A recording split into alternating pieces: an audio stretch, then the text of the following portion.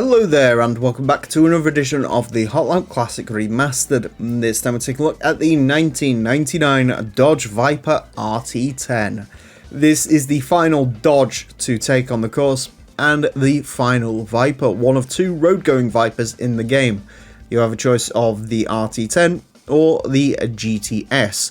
Between the two of them, they are virtually identical in every way. It's the same engine. I think they weigh the same even. So choosing which one has the racing mod is purely down to personal preference for me.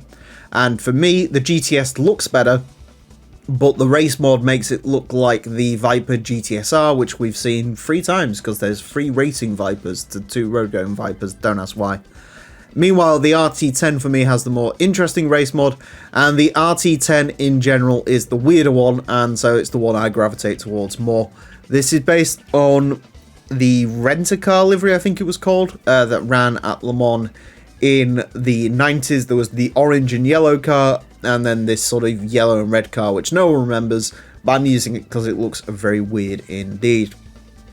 I am a big Viper fan, but for what I remember, the GTS that we drove around here ages ago was not that fun to drive. I think I locked it into 3rd gear the entire way around because it just makes a obscene amount of torque, but obviously trying to get that torque converted to the road is difficult. So we'll see if the racing modification helps this car out at all. Front engine, rear wheel drive, 716 horsepower, 1,286 kilograms, and a whole lot of torque. Obviously, this car's sort of biggest comparison, in this game at least, is the Corvette. So it'll be interesting to see if this one is nicer to drive than that Corvette. To find out how the Viper RT10 gets along, it is going to get 6 laps of the Motorsports Land track in order to set the best time it possibly can. My god, the torque this makes already is just fantastic.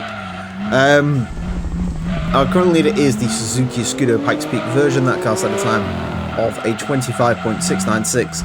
The Viper is unlikely to beat that.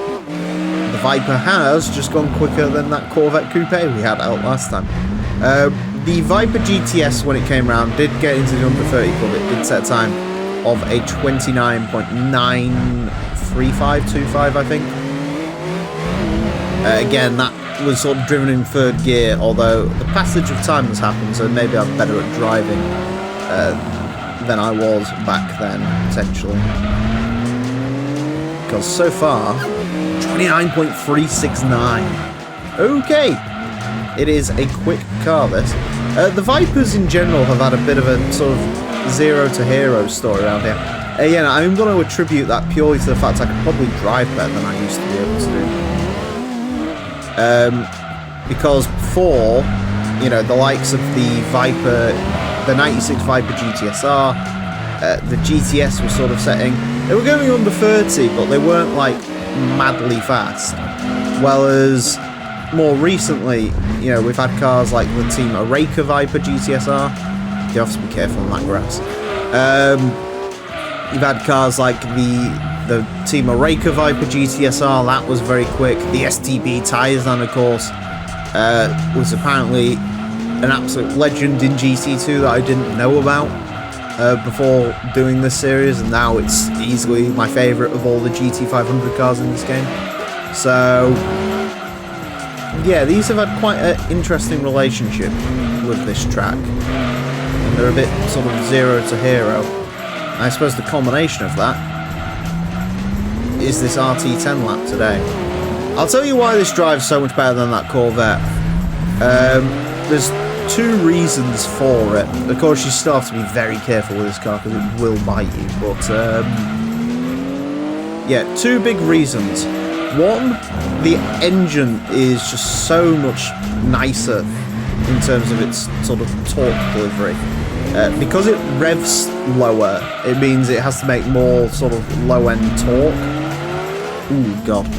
And as a result of that, it just means, I'll demonstrate on here because this lap is scruff, but like from 20 kilometers an hour, just look at that, it just gains speed so quickly. It also has the fat rear tyres. Vipers are famous for having ridiculous rear tyres, and I think that's really helping it put the power down to the pavement on this one.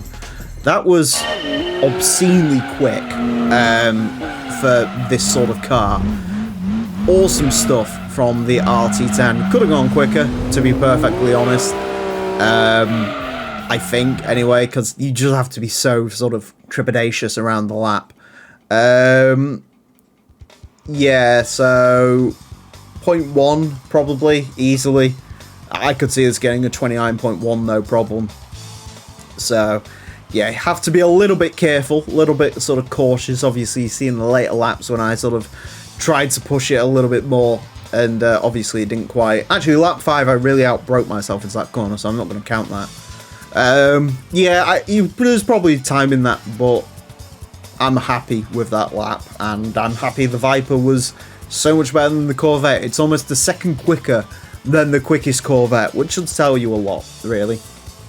A 29.204 will place this into 125th place. Goes in between the Subaru Impreza WRX STI Sedan version 4 and the Skyline Silhouette Formula. It is quicker than the NSXR LM GT2, the R32 GTR V-Spec, Roof BTR Type 2. It's quicker than TVR Tuscan Speed 6, which is sort of very comparable to this, really. Quicker than the Aristo V300, which shouldn't be comparable to this, but was a ridiculously quick car.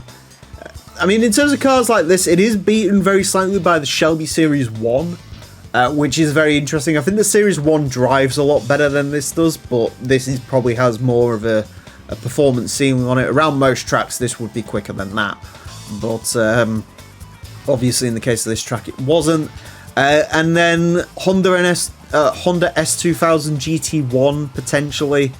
29.112. I think that's a little bit out of reach for this, but again, not too far off. Really good job from the Viper, and I'm pleased that, yeah, it turns out Rogo and Vipers can go a lot quicker than a 29.9. Anyways, that's it for this episode. Thank you all very much for watching. Join me next time when I'll be driving something completely different. Until then,